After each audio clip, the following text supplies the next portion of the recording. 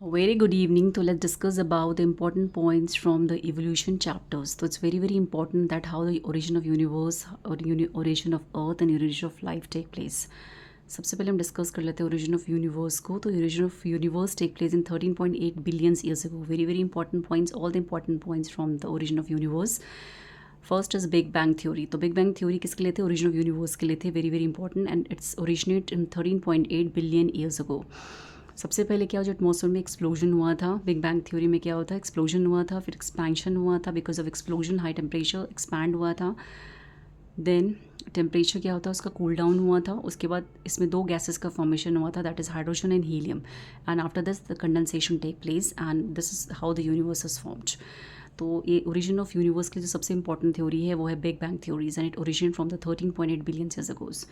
Now, origin of Earth take place in 4.5 billion years ago, and early Earth में has no atmosphere, but certain volcanic eruption जब हुआ तो उसमें से कुछ gases निकली, like water vapors, methane, CO2 and ammonia. The water vapor, methane, CO2 and ammonia are the gases which are erupt in the volcanic eruptions. Early Earth has no atmosphere.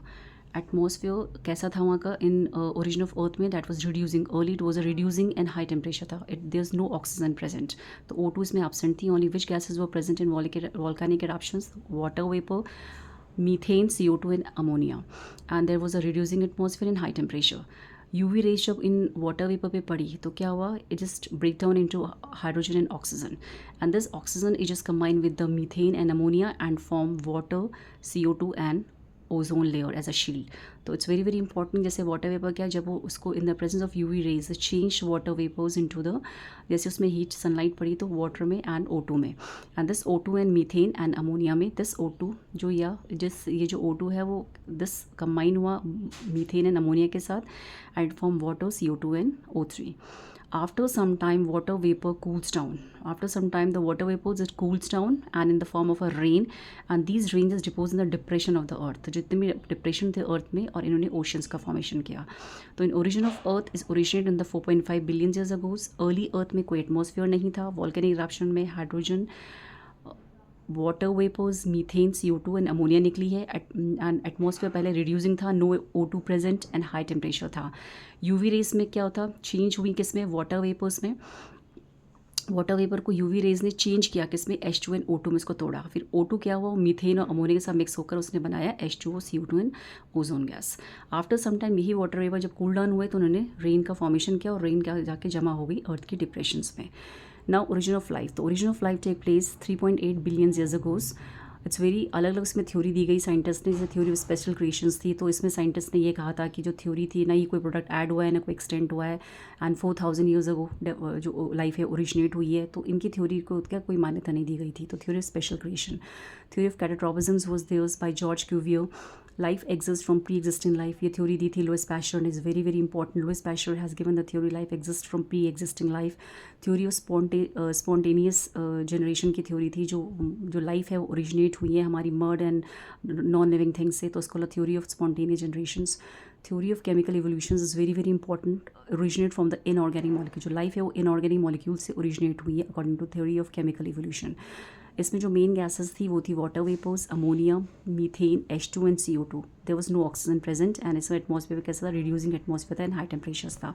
तो in the theory of chemical evolution जो life है वो किससे originate हुई? Originate from the inorganic molecules like hydrogen is there, water vapors have been there, and these are the CO2 is there, ammonia is there. तो इनसे life originate हुई है. Now इसमें कौन सी गैस नहीं थी केमिकल इवोल्यूशन में? O2 गैस नहीं थी और हाई टेम्परेचर्स था एंड रिड्यूसिंग एटमॉस्फेयर था. इसके बाद मिलर ने इसको प्रूव किया था 1953 में इस स्पॉन्टेनियस डिस्चार्ज एपरेटस के थ्रू. उन्होंने एक्सपेरिमेंट किया था इसमें. उन्होंने क्या थी, गैसेस दी थी, जितनी भी गैसेस थी, ये वाटर वेपर है, हाइड्रोजन है, अमोनिया है, मीथेन, 3 गैसेस को लिया था उसके अंदर इन उस एपरेटस के अंदर, और उन्होंने हाई करंट को वोल्टेज प्रोडक्शन किया था. 75,000 वोल्ट करंट को प्रोड्यूस किया था. एंड 800 डिग्री सेल्सियस वहाँ का क्या था? टेम्परेचर्स था. 800 डिग्री सेल्सियस टेम्परेचर रखा था, 75,000 वोल्टेज करंट प्रोड्यूस किया था, और इसके अंदर वो गैसेस डाली थी उन्होंने स्पार्क एंड डिस्चार्ज एपरेटस में, like water vapour, hydrogen, ammonia and methane. और आफ्टर 8 डेज उन्होंने क्या नोटिस किया था कि एक पिंक कलर का इसमें कोई लिक्विड प्रोडक्शन हुआ था, उसको अमोनिया एसिड का इसको नाम दिया था, वो अमीनो एसिड्स थे। तो उन्होंने कहा था कि लाइफ ओरिजिन फ्रॉम द, इन्होंने भी उसको प्रूव किया था कि इनऑर्गेनिक सब्सटेंस, तो अमीनो एसिड्स का इसमें वो हुआ था, इसमें एनालीन है, ग्लाइसिन है, इनमें अमीनो एसिड का प्रोडक्शन, अमोनिया से लाइफ का ओरिजिनेशन हुआ, तो अमीनो एसिड इसमें प्रोड्यूस हुए थे। तो these are the important, some important points from the evolution chapters. Let's go through it.